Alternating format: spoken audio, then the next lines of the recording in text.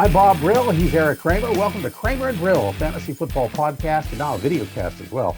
You can hear the podcast on iTunes, Stitcher, Libsyn, Radio.com, and wherever you get your podcasts. And we're now on Megaphone through the C-Suite Network. Also, you can see the video cast on YouTube by going to my Bob Brill YouTube channel or by finding the links for all of this at kramerandbrill.com. You see it right there at the bottom of your page. That's the easiest way. kramerandbrill.com.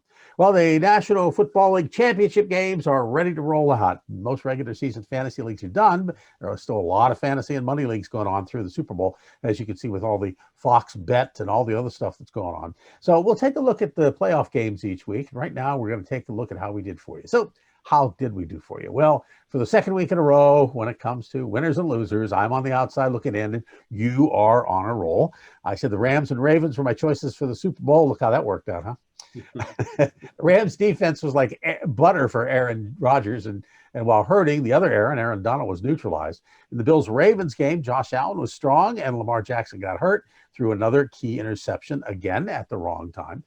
We both liked the Chiefs, and even though Mahomes got hurt and could be out longer, they played well enough to win, and Cleveland just came up short. Tom Brady was too much for the Saints, and Drew Brees threw 3 interceptions. Now, we like Brady, but we also like the Saints running game. Neither team worked with the wide receivers very well. So trending up this week, Tom Brady, Aaron Rodgers, Chad Henne, and Antonio Brown. Trending down this week, nobody. We're not going to pick anybody trending down this week. So give me your thoughts on the week, dude. Well, okay, let's regarding not just this past game against Kansas City, but their entire season as a whole, the Browns turned themselves into a significant team for years to come, I think. And they've not only found their quarterback, which is huge, but they've possibly, and more importantly, found their coach. And I think, you know how they talk in terms of certain players make other players around them better. I'm not sure Baker Mayfield fits into that category, but I know Kevin Stefanski all year long has given that to the Browns. He's made them, I think, just they're if not already stepping into that elite team category, because they're better everywhere around, and they've got plenty of talent, and obviously he knows what he's doing, putting it all together.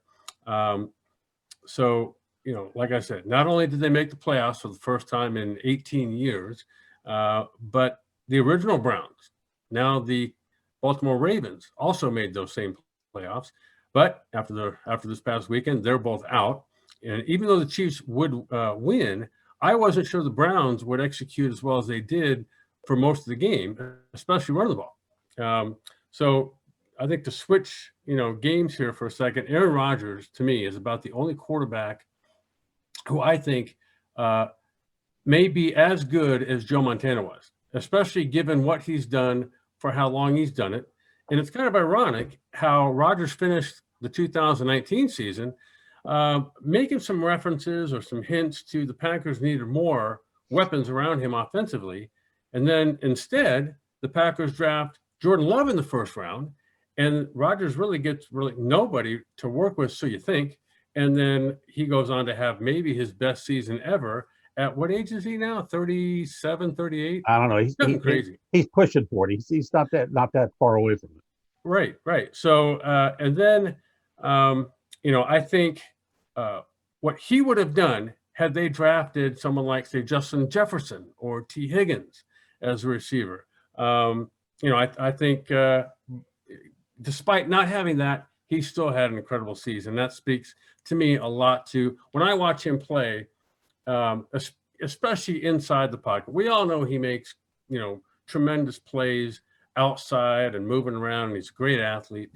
But inside the pocket, the way he moves around with his feet and eyes, and the way he sets up throws, working defenders one way or the other, and then being incredibly accurate on top of it is like elite. I think, I figured the Packers, I think, would be too much offensively for the Rams. What I didn't see was how dominant the Packers defense would be when it needed to be. They were or how big a role A.J. Dillon. Now, I mentioned, they drafted Jordan Love, obviously, this year in the first round, but they've got a young A.J. Dillon who is their big power back. And at the end of the game, when you're talking about situational football, the last 4 minutes of the game, that's your offense that you need to control the clock, by not passing the ball, but by opening holes and running the ball.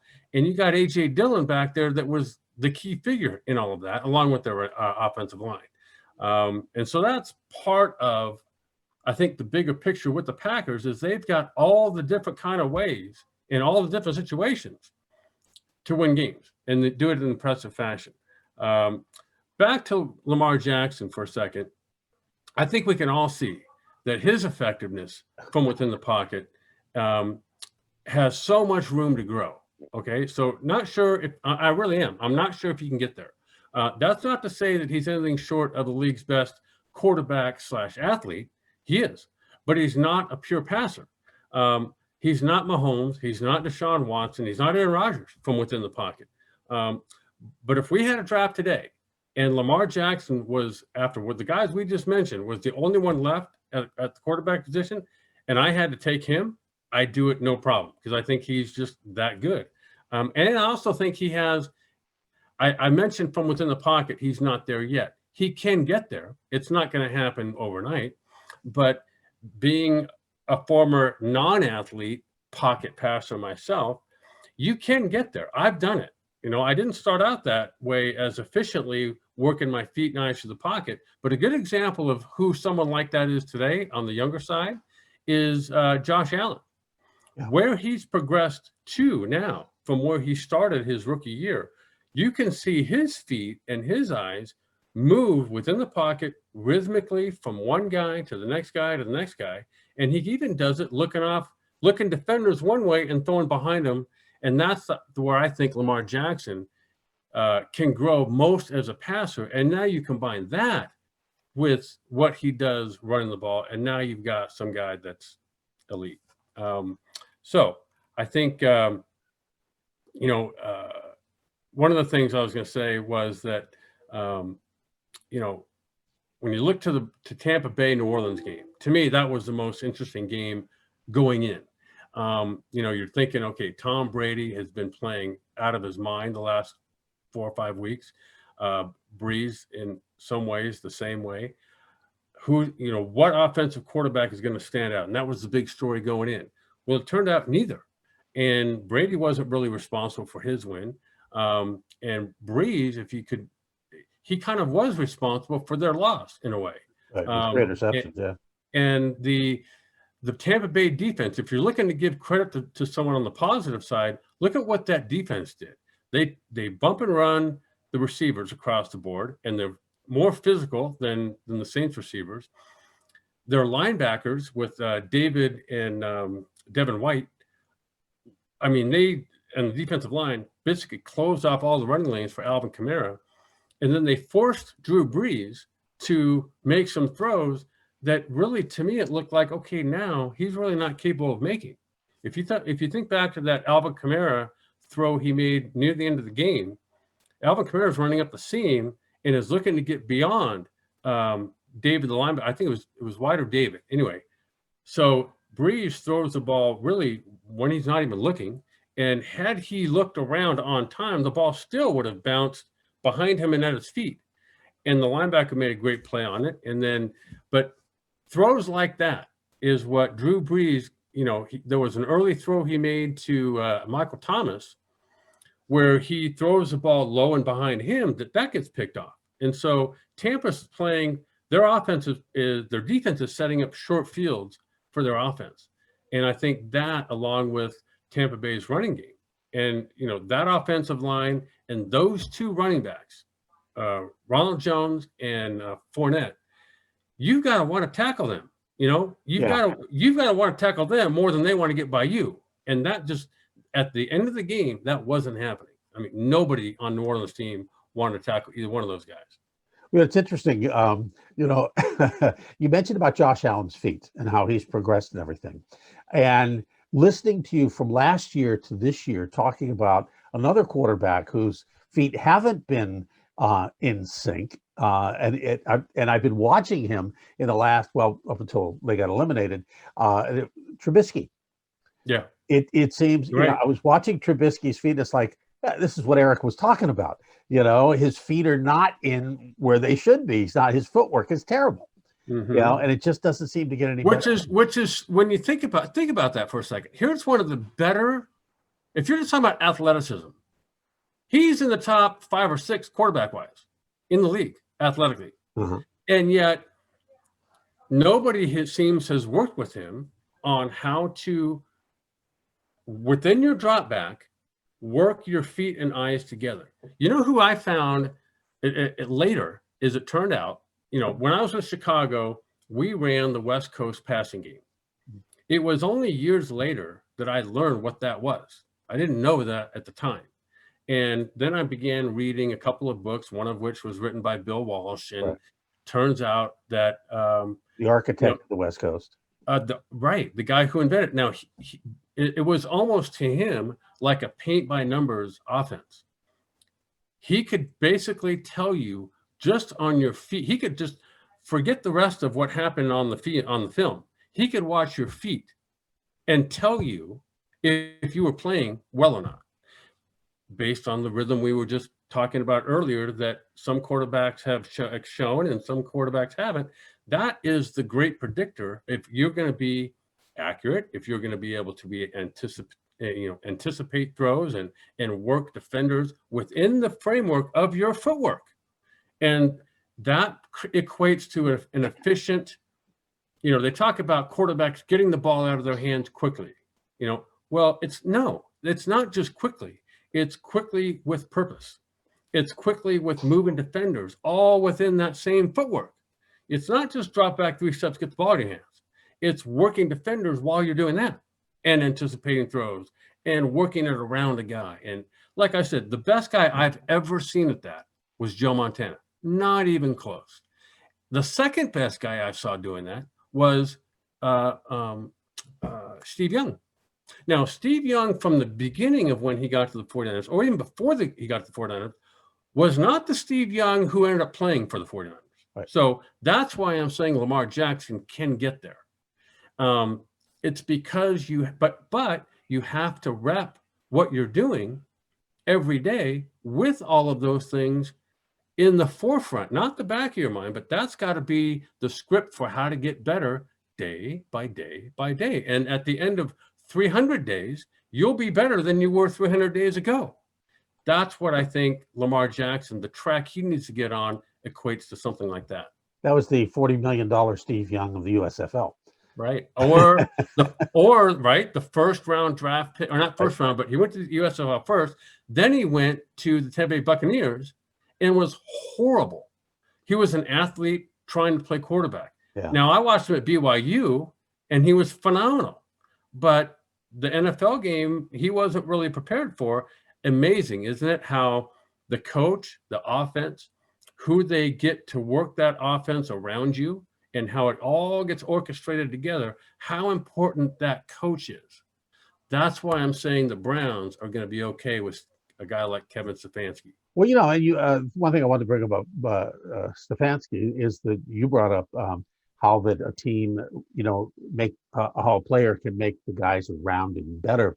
And I think that showed in the Pittsburgh game.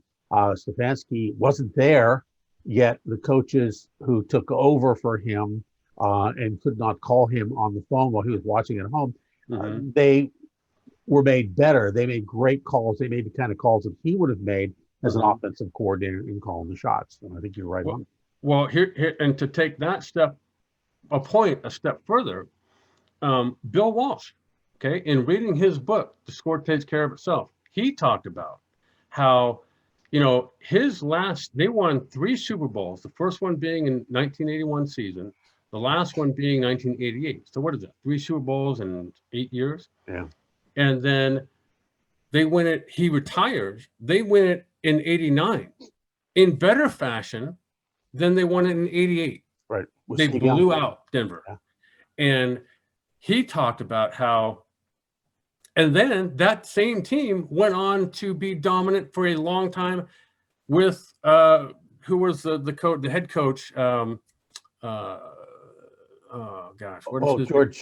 George Seifert, right? Yeah, George Seifert. So, and think about it. That team was dominant for another decade, especially offensively.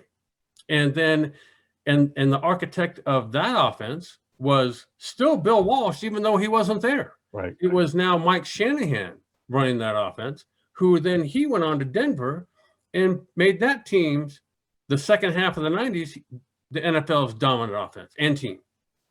So it goes to show you how, as you mentioned with Stefanski, even though he wasn't there, he has built a program, an offense and a defense that can work whether he's on the sidelines or not, in much the same way Bill Walsh has done, and in much the same way Mike Shanahan did. And look at the guys that came out of Mike Shanahan when he was in Washington. You had Kyle Shanahan, Sean McVay, and Stefanski, I think, right? Or was it no, not Stefanski? It was LaFleur, all on that same staff, who have now all gone and become great offensive coordinators as a head coach. Ready for the games? Oh. Buccaneers right. and Packers. This is probably, as a lot of people have thought over the years, that the last weekend, the divisional round, was the best round of the playoffs because you've got, basically 4 games going. And that was the most volume of playoff football you would have. Well, now it's turned to the Super Wild Card weekend in a way. But now here the funnel is going this way. And so now you've got really the 4 best teams left.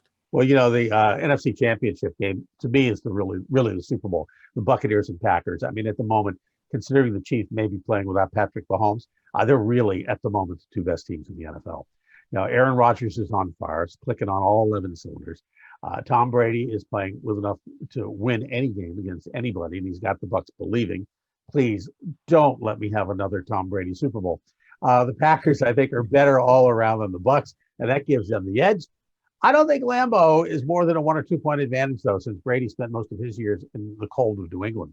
I do like both Antonio Brown and Mike Evans, despite the fact they had only 5 targets between them. Can you believe that one in the win over New Orleans? I'm not sold on Ronald Jones and Leonard Fournette building the ground game into something it's not, even though they did that this last week.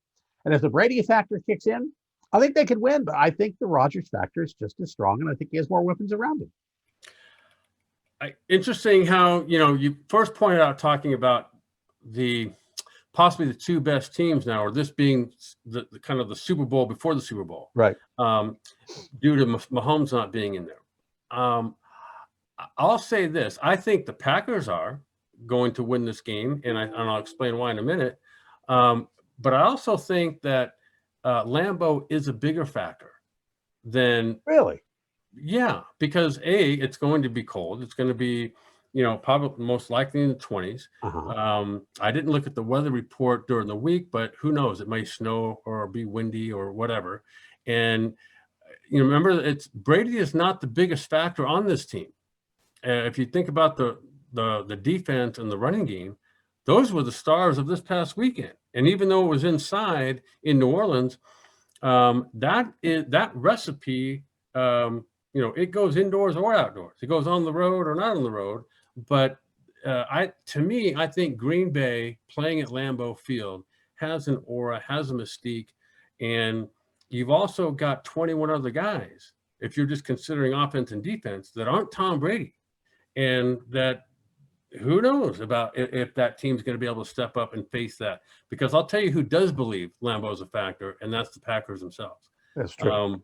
And I will say that, Tampa's secondary, it really, to me, this comes down to Tampa. Can they reproduce what they did last weekend against a great Saints offense? Can they do that against a great, maybe even better Packers offense?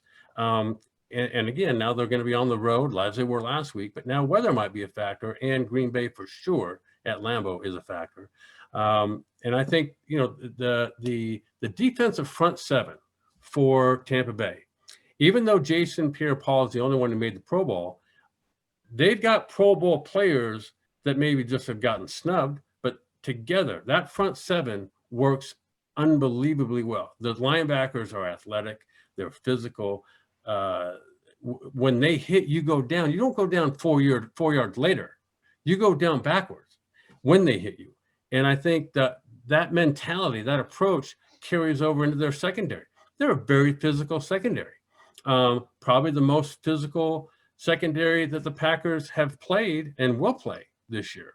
And so I think that combined with Tampa Bay's front line, offensive line, the backs that you had mentioned, Fournette and Ronald Jones, to me, that combination of running attack is very well suited to take on the Packers.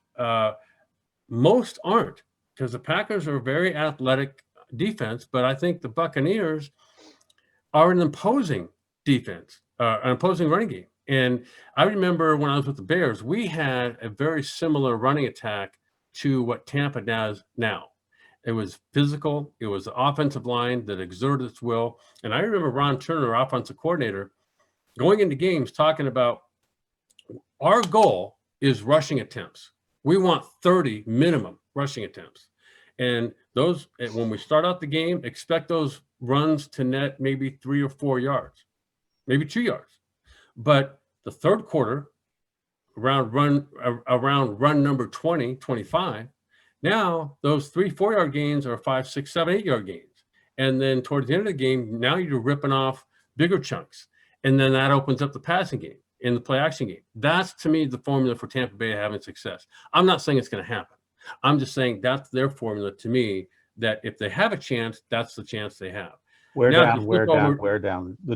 If you flip over to Green Bay, here's an offense that, to me, you talk about the weapons they don't have. What about the weapons they do have? They got maybe the best quarterback of all time. They've got receivers that can stretch the field like Marquez Valdez-Scantling. They've got Lazard, who first dropped what would have been a big score. Then they come back to him, and he catches that one, and that's the nail in the coffin score. Right. But he dropped one the week before when they were playing the Rams. And so or at the end of the season, gets the Bears. So I think the Packers, they've got it all. They've got, they look at the running backs. They got Aaron Jones, who is fast as all outdoors, but he runs tough too. And then you've got, Jamal, I forget his last name, the other running back that's kind of the change of pace, physical backbone. And then you got A.J. Dillon. When you want to wear a defense out, that's the guy to come in and kill the clock. And we'll get first downs doing it. I don't know what Tampa does this week, because obviously the Saints weren't the same. They didn't have the same breadth to their offense that Green Bay did. It was like a different team. Right. And I think New Orleans' formula for success offensively, it was not as broad and could I guess exert its will or dominate you in the same fashion that Tampa Bay's can. But I don't know. I think Green Bay is going to win this game. I think Aaron Rodgers is on the kind of role as a quarterback that we haven't really seen a whole bunch, especially at the end of the year. This is when it matters most. This is when their entire team, offense, defense, special teams, and Matt LaFleur as a play caller is up at the top as well. What's tougher on a football team, Vegas heat or Lambeau cold? That's a good question. I think it's both, because because when I was playing in Detroit and Chicago, it was 9 years right there, and we would play preseason games in Arizona against the Cardinals. We'd play even games in September, even October, that were scorching hot. But then at the end of the year, we'd play games in Green Bay and in Chicago and in Buffalo, or at that time, Green Bay would also play some games in Milwaukee. And, we never, when I was playing, we never had a game in San Diego at the end of the season. It just didn't happen. So I think it's a good question, but I think at this time of year, cold, man, that is a huge factor, especially if it gets wet. If it's dry and it snows and it's a dry snow, that's not so bad. What's bad is a freezing type of rain where it's wet still and it's very windy, Affects everything. Everything. that can be a killer for an offense. Yeah, wow. Bills and Chiefs. Now, this one really all depends on the status of Patrick Mahomes. Chad Henne went 6 of 8, managed the game well despite a pick, but the play calling really is Andy Reid. Still, Henne is no Mahomes. The Chiefs are less dynamic without Mahomes, obviously, on the field. The odds makers are really having a fit over this one. The Bills, on the other hand, they come in solid. Josh Allen continues to play at a high level despite a rather pedestrian day. The defense gets the credit over the Ravens, but again, it's all down to Mahomes. And if he does play, coming out of concussion protocol, how effective is he going to be if he does come out and play? That's a good question there. And what's interesting to me, just thinking back about that one play, and as they rolled it over in slow motion from different angles, I don't know about you, but I never saw Patrick Mahomes' head get hit. Not by the player. Not by No, I didn't either. I wondered the same thing. And, I know he got his neck twisted. And that seemed like, at the end of that play. Yeah. And maybe that had something to do. I mean, maybe it's like a chiropractor or something. I don't know. I'm just throwing things out there. I don't know either. I've never heard of twisting your neck, though, resulting in a concussion. Well, the weird thing is when he started to get up, he couldn't get up. I saw too. But if you're talking about just the head, I watched, and the tackler's helmet never touched his helmet. His helmet, and talking about Mahomes, his helmet never touched the ground. So I don't know how he got the concussion, but like you and everyone else, I saw him wobbling, getting up, and looked like he had the effects of a concussion. But I don't know. I didn't see any physical evidence of it. Yeah, because I think about concussions too, and the 1 or 2 concussions I had playing pickup football, and this is going back to like high school days of pickup on Sunday and stuff like that. I remember I was playing quarterback, and of course I never played organized ball. And we had a kid who played local college ball, JC at Pierce, I believe it was, who was playing defensive line for the other team. And I dropped back to pass, and he was right on top of me, and nobody wanted to block him. And I said, okay, somebody's got to block him. So the next play, they snapped the ball to me. Of course, we do shotgun when you're playing like that. I drop back. I'm dropped back into the end zone, and nobody blocked him. And I was backpedaling, and he was coming at me, and all he did was touch me like that. Yeah. And before I hit the ground, my head went 3 different ways like this. Right. And I don't recall if my head hit the ground here or if my back hit the ground and my head hit the ground. Right. I got up and I felt like Mahomes did.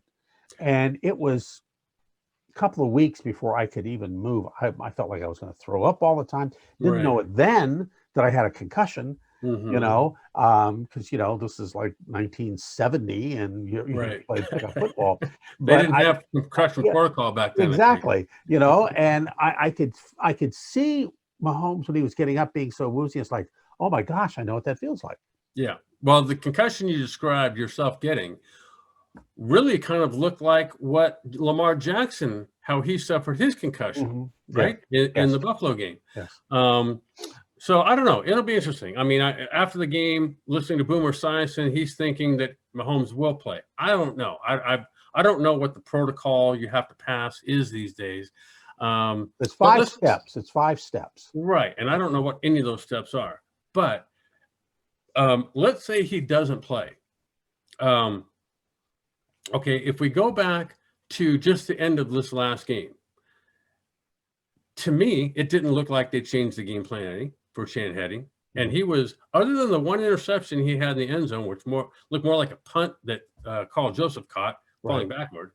Other than that one play, Henne looked great to me. Efficient, accurate, anticipation. In fact, he's not a bad runner himself. He got 13.5 yards on the scramble. There was 3rd and 14. And then they came back and he threw a little sprint option to the right on the money, of course, to Tyreek Hill.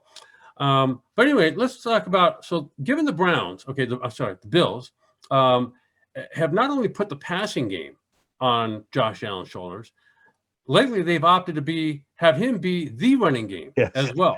And it's now time to put the Bills' fortunes, to me, in the hands of that defense that the one that just shut down the best running game in the NFL that included Lamar Jackson. And to me, that was impressive. The Bills defense has a guy named Terrell Edmonds, and he was, to me, one of the best, most athletic linebackers in the game. Plays middle linebacker. In fact, his dad, Farrell Edmonds, played tight end at Maryland at the same time I was playing at NC State. And he wasn't a bad tight end either. And now I think they've got 3 sons of his that all play in the NFL. Pittsburgh. Yeah. So, I think, as you mentioned, Mahomes or no Mahomes, that's the question, right? I say, I don't think he's going to play, but I also think that if he doesn't play, that they're not going to, Andy Reid, obviously they've got not only a great play caller in him, who, by the way, they run the basis of the West Coast offense. And then you've got, I think, the most gifted offensive team in football, especially now that the Ravens are out of it. You've got, don't forget about Darrell Williams, who, we all know Le'Veon Bell is there as well, but the guy they really leaned on for this past game was Darrell Williams, and he came through. I mean, he played phenomenal. And you've got Le'Veon Bell there as well, but you've also got, as a change of pace guy, they've used Tyreek Hill a little bit this year in the running game. And Chad Henne himself is he's an excellent athlete, in fact, even though he's in his 13th year right now. He's got the experience. He's never been in a playoff game until last week, but that did not seem to be, that didn't overshadow his performance.